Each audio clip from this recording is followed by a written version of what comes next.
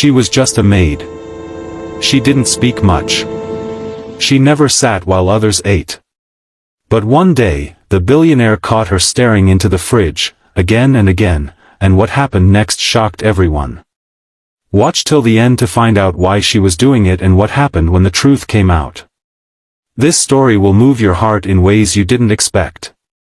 Backhand index pointing right if you believe small acts of kindness can change lives. Like this video and subscribe to Kindness Stories for more emotional stories like this.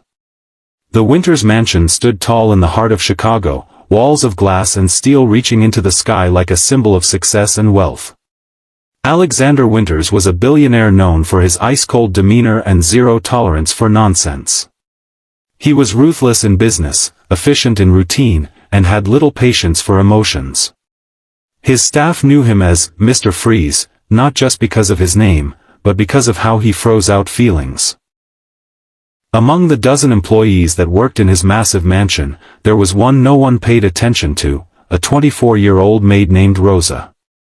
She had been working there for just 4 months, quiet, soft-spoken, and almost invisible.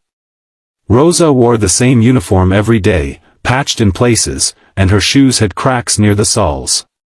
Yet she never complained, never came late, and never took extra breaks. But there was one thing Mr. Winters had noticed recently, and it irritated him. Rosa kept checking the fridge. Over and over again. Sometimes in the morning, sometimes after cleaning. She'd quietly walk to the fridge, open it, scan through the shelves, and close it. She never touched anything. But her eyes stayed glued to the containers and expiry dates. It was strange. One afternoon, Alexander came back early from a business meeting, frustrated after a deal went south. As he walked through the hallway, he noticed something from the corner of his eye. Rosa. Once again. Standing at the open fridge, staring. He marched in. "What the hell are you doing?" he snapped. Rosa jumped, slammed the fridge door shut, and backed away, her face pale. I was just. You were just spying? Stealing? Looking for leftovers?" His voice was thunderous. "No, sir. I was just," her voice cracked. "You're fired," he barked without letting her finish. "Pack your things. Get out. I don't need a thief or a spy in my house." The other staff looked on silently as Rosa choked back tears. She didn't argue. She didn't beg. She simply nodded and walked to the staff quarters. By nightfall, Rosa was gone. Alexander tried to return to his normal routine, but something about her silence stayed with him. Not guilt, just curiosity. Why didn't she defend herself? Why was she doing that? 3 days passed. And then something strange happened. Mrs. Carter, the longtime housekeeper, approached Alexander. "Sir, if I may," she hesitated. "What is it, Carter?" "I know you don't like to be questioned, sir, but about Rosa." Alexander frowned. "She was going through the fridge every day. I saw it with my own eyes." "She wasn't stealing, sir," Carter said softly.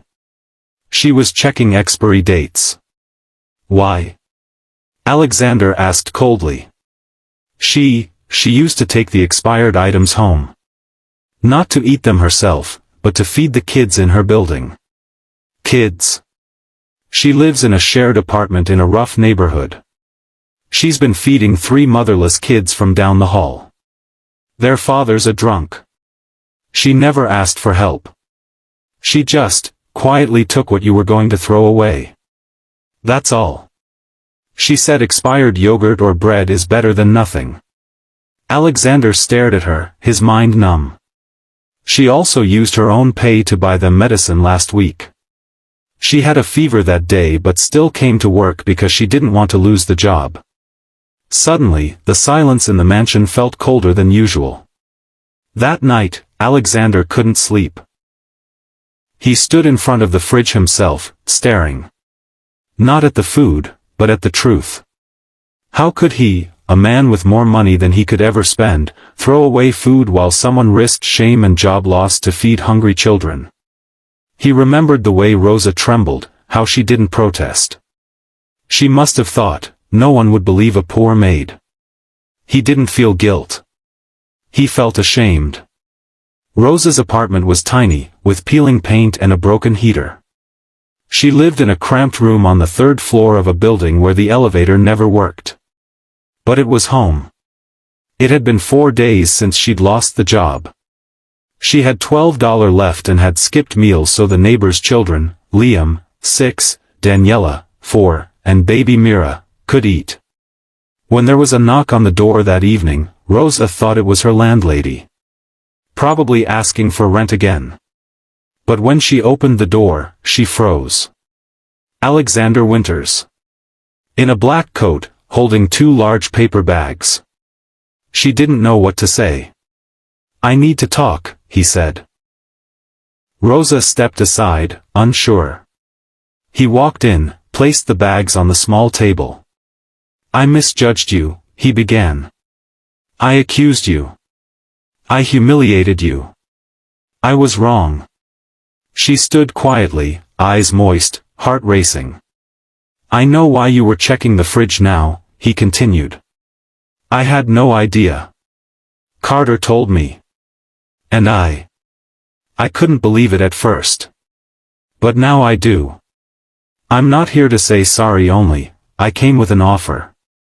He gestured to the bags, groceries, fresh produce, medicine, bread, baby formula. "I want you to come back." Rosa blinked, lips parting. "But not as a maid. I want to sponsor your education. You have the heart this world needs. I want to offer you a scholarship through my company's community program. You'll get full tuition for whatever you want to study. And a job in our nonprofit after that, helping families like yours." She couldn't speak. Her legs felt weak. "Why?" she finally whispered. Alexander's expression changed, softened. "My mother used to clean houses," he said. "She died when I was 12. No one ever helped her. No one believed in her. I guess I saw her in you. And I realized, maybe it's time I start doing more than just signing checks. Maybe I need to be kind like she was." Rosa wiped her tears. "I don't know what to say." "You don't need to say anything now," he said gently. "Just, don't lose that heart of yours." A week later, Rosa returned, not as a maid, but as a student intern, helping the new food donation program Alexander launched, inspired by her story.